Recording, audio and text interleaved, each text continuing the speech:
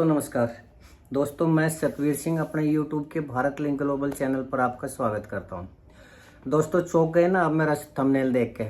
आप सोच रहे होंगे कि मैं ये कैसी खबर दे रहा हूं। अब कल तो अभय चौटाला जी की रैली है चौधरी देवीलाल जी के जन्मदिन के ऊपर, और इतना जोर लगाने लग रहे हैं अभय चौटाला जी, और ग्राफ भी बढ़ता जा रहा है धीरे धीरे उनका, और जो लोग हैं उनके साथ जुड़ते भी जा रहे हैं। और इतनी मेहनत करने के बाद आप ये सोच रहे हैं कि मैं ये खबर दे रहा हूँ कि अभय चौटाला जी ने संन्यास लेने की घोषणा की है, तो आप ये भी सोचते हो कि कहीं मेरा दिमाग तो खराब नहीं हो गया या फिर मैंने कोई नशा वशा तो नहीं कर रखा है। नहीं दोस्तों, बिल्कुल नहीं, तो मैंने कोई नशा कर रखा है और न ही मैं ये मतलब अपनी तरफ से कोई न्यूज़ बनाने लग रहा हूँ, न कोई ये फेक न्यूज़ है। बिल्कुल मैंने खुद सुना है कि अभय चौटाला जी ने ये कहा है और दिल ठोक के कहा है। और पहली बार मुझे दोस्तों उनकी ये घोषणा सुनकर एहसास हुआ है कि अभय चौटाला जी वास्तव में दमदार आदमी है। हालांकि आज तक के मैं थोड़ा सा ये सोचा करता कि उनकी जो छवि थी मेरे हिसाब से, यानी मेरी नज़रों में थोड़ी दूसरी तरह की थी, क्योंकि 25 साल पत्रकारिता मुझे हो गए रहते हुए। 25 साल थोड़ा टाइम नहीं होता, बहुत ज़्यादा टाइम होता है। तो 25 साल में मैंने उनको देख कर स्टडी किया, उनके कार्यकर्ताओं से सुना जो इनेलो से जुड़े हुए थे कि वो कैसे बोलते हैं, क्या बोलते हैं, और जब कोई पत्रकार उनसे मिलता या जाता तो उनको भी वो बड़ी आसानी से हड़का दिया करते। और कई बार तो ऐसा भी सुनने में आया कि वो पत्रकारों को 2 मिनट में गेट आउट भी बोल दिया करते। और इसी वजह से मैंने कभी भी अपने पत्रकारिता के जीवन में उनका सामना नहीं किया, यानी मैं कभी भी उनके पास गया ही नहीं, न मैंने उनका कोई इंटरव्यू लिया और न मैंने कभी किसी पत्रकार वार्ता में या कहीं किसी प्रोग्राम में उनसे कोई सवाल किया।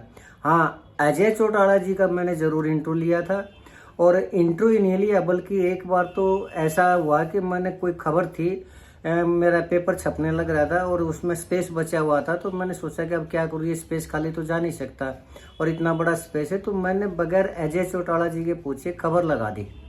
अब क्योंकि वो 18 जनपद पे उनका रेजिडेंस है, तो मेरा जो अखबार था वो 18 जनपद पे भी जाता था। तो वहाँ पर मैंने सोचा कि उनके पास कल अखबार पहुँचेगा, इससे पहले मैं ही उनको बता देता हूँ जी मैंने खबर लगा दी। तो मैंने अजय चौटाला जी को फ़ोन किया कि सर मैं स्पेस बचा हुआ था और मैंने एक खबर लगा दी और आपके भी आप पर लगा दी, और ये कर दिया उसमें कि ये चीज़ अजय चौटाला जी ने कही है।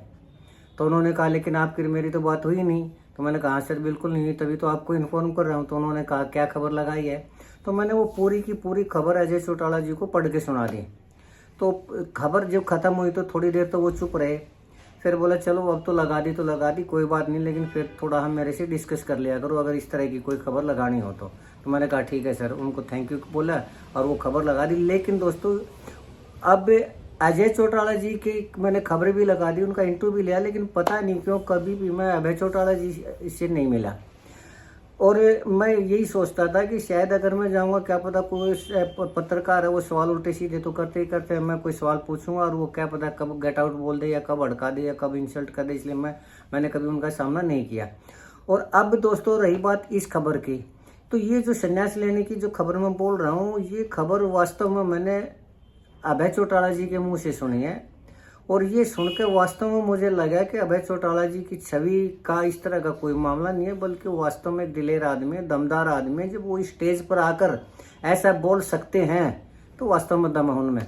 अब आप सोच रहे होंगे कि ऐसा क्या हुआ, कैसे हुआ, कब उन्होंने कहा, हमने तो ये खबर नहीं सुनी।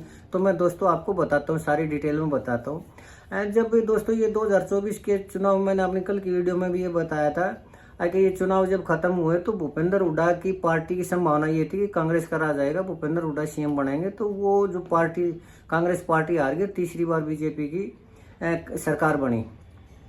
तो उसके बाद एक किसी प्रोग्राम में कहीं पर अभय चौटाला जी ने ये एलिगेशन लगाया भूपेंद्र हुड्डा के ऊपर कि भूपेंद्र हुड्डा ने जानबूझकर जेल जाने के डर से और ये सीट है ना, ये सरकार है ना, थाली में सजा कर ना बीजेपी को दे दी, और अगर वो ऐसा नहीं करते तो वो जेल में जाते।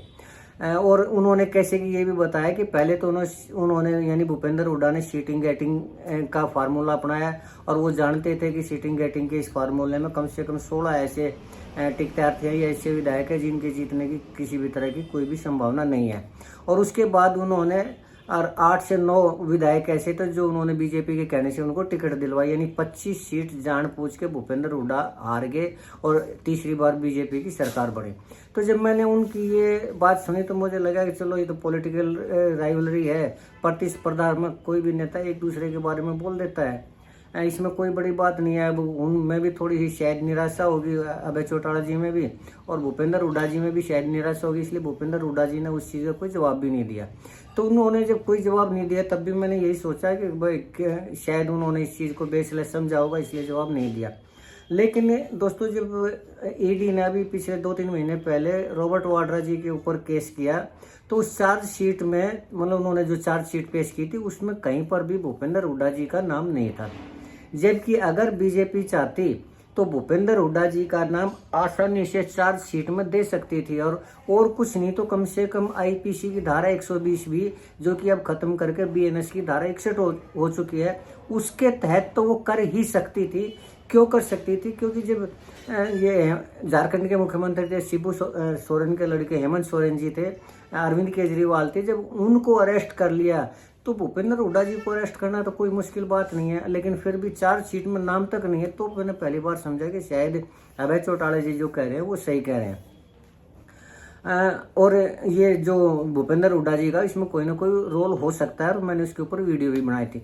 लेकिन अभी दोस्तों 2-3 दिन पहले किसी पत्रकार ने उनसे सवाल पूछा कि जी अभय चौटाला जी ये आरोप लगा रहे हैं कि आपने जानबूझ के न तस्तरी में रख कर बीजेपी की सरकार जेल जाने के डर से उनको सरकार सौंप दी। तो भूपेंद्र हुड्डा जी उस बात पर गुस्सा हुए कि मैं फालतू फंड की बातों, बेबुनियाद बातों पर कमेंट नहीं करता जिस चीज़ का कोई आधार ही नहीं हो। तब भी मैंने ये सोचा था कि भाई हो सकता है ये बेबुनियाद बात और भूपेंद्र हुड्डा जी सही कह रहे हैं कि भाई उन्होंने बीजेपी की किसी तरह की कोई मदद नहीं की। लेकिन दोस्तों आज मैंने एक वीडियो सुना और वो अभय चौटाला जी का था। मुझे लग रहा है कि वो शायद जब भूपेंद्र हुड्डा जी ने वो सवाल का जवाब दिया कि मैंने किसी तरह का ऐसा कुछ नहीं किया, बीजेपी कोई मदद नहीं की, ये बेबुनियाद बातें, उसके बाद आया है। और हो सकता है वो आज का हो या हो सकता है कल का हो, लेकिन वो वीडियो मैंने आज देखा और उसमें अभय चौटाला जी स्टेज के ऊपर बिल्कुल ये कहने लग रहे हैं कि अगर भूपेंद्र हुड्डा जी ने बीजेपी की मदद नहीं की तो मेरे सामने आकर ये सिद्ध कर दें कि उन्होंने वो नहीं, बीजेपी कोई मदद नहीं की। अगर वो ये सिद्ध कर देते हैं तो मैं राजनीति से आज ही संन्यास ले लूंगा, और अगर वो मेरे सामने आए तो मैं सिद्ध करके दिखाता हूं कि भूपेंद्र हुड्डा जी ने बीजेपी की मदद की और तीसरी बार सरकार बनवाने में बीजेपी को की मदद मैं सबूत दूंगा इस चीज को कि उन्होंने मदद की, तीसरी बार सरकार भूपेंद्र हुड्डा जी ने बनवाई है। और अगर मैं सिद्ध कर देता हूं तो भूपेंद्र हुड्डा जी संन्यास ले लें। तो दोस्तों ये बात सुनकर वास्तव में मजा आया कि जो आदमी इतने खुले रूप से ये कहता है कि मैं सबूत दूंगा और अगर नहीं दे पाया तो मैं राजनीति से संन्यास ले लूंगा, तो वास्तव में कुछ ना कुछ तो बात होगी दोस्तों। और कोई भी नेता जब वो, और ऐसे परिवार का नेता चौधरी देवीलाल जी की विरासत का जो वारिस हो, चौधरी ओम प्रकाश चौटाला जी की विरासत का जो वारिस हो, और जिसका ग्राफ बढ़ने लग रहा हो, लोग जिनके साथ जुड़ने लग रहे हो, और वो आदमी ये कह रहा है कि अगर मैं झूठ बोल रहा हूँ, मैं सिद्ध नहीं कर पाया तो मैं राजनीति से संन्यास ले लूंगा। तो ये दोस्तों ये तो दिखाता है कि अभय चौटाला जी की बात में दम तो है और उनके पास किसी न किसी तरह के सबूत तो हैं। और ऐसे उस पर अन्यथा कोई भी आदमी ये नहीं कह सकता कि मैं राजनीति से संन्यास ले लूंगा। तो दोस्तों ये बात थी कि अभय चौटाला जी ने खुद अपने मुंह से एक प्रोग्राम में किसी स्टेज पे कहा कि मैं खुले रूप से चैलेंज करता हूं, बिल्कुल खुले रूप से भूपेंद्र हुड्डा जी आए मेरे सामने और मैं वायदा करता हूं और मैं सबूत दिखाता हूं, पब्लिक को सबूत दिखाऊंगा, अगर सबूत मिल जाए तो भूपेंद्र हुड्डा संन्यास ले ले। जबकि भूपेंद्र हुड्डा जी ने तो अभी 2-3 दिन पहले ये कहा था कि मैं तो मैं थका हुआ और मैं संन्यास तो बिल्कुल भी नहीं लूंगा, किसी भी रूप में संन्यास नहीं लूंगा। तो मुझे इसमें लगता है कि अभय चौटाला जी की बात में ही दम है, क्योंकि संन्यास लेने की, इस मौके पर संन्यास लेने की बात इतने तो इनमेच्योर तो नहीं है अभय चौटाला जी, मजे हुए आदमी है और उनके पास कुछ ना कुछ तो होगा ही होगा। तो दोस्तों ये बात थी, अभय चौटाला जी ने खुद अपने मुंह से कहा था कि अगर मैं साबित नहीं कर पाया तो मैं राजनीति से संन्यास ले लूंगा। तो इसमें खुद उन्होंने अपने मुंह से कहा था, इसलिए ये किसी तरह की कोई फेक न्यूज़ नहीं है। हाँ, लेकिन ये मैं ज़रूर मानता हूँ कि इतने दमदारी के साथ कोई बात कहना, तो इसका मतलब ये तो साबित करता है कि अभय चौटाला जी में दम तो है। और जो इस हिसाब से लोग जुड़ने लग रहे हैं, उससे ये भी लगता है कि आने वाले टाइम में जो उनका ग्राफ है अच्छा रहेगा।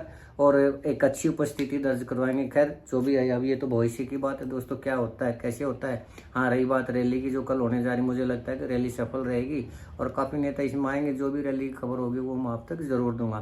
तो आज के लिए इतना ही दोस्तों। मुझे उम्मीद है कि आपको मेरी ये वीडियो पसंद आई होगी। अगर आपको लगता है कि मैं सही कह रहा हूँ और मेरी ये वीडियो ठीक है, तो आपसे प्रार्थना करूँगा कि आप मेरे इस वीडियो को लाइक करें, शेयर करें और कमेंट करें दोस्तों, और मेरे वीडियो को हाइप जरूर करें दोस्तों। और अगर आपको लगता है कि मैं गलत कह रहा हूँ तो भी मैं आपसे अनुरोध करूँगा कि आप मेरे इस चैनल पर कमेंट जरूर करें वीडियो पर, ताकि मैं अपने आप को करेक्ट कर सकूँ। और चलते चलते एक निवेदन करना चाहूँगा कि आप मेरे इस चैनल को सब्सक्राइब जरूर करें दोस्तों, ताकि मेरा हौसला बढ़ता रहे और इसी तरह की विवेचना मैं आपके सामने लाता रहूँ। आपने मेरा वीडियो देख के आपने टाइम लगाया, इसके लिए आपका दिल से धन्यवाद।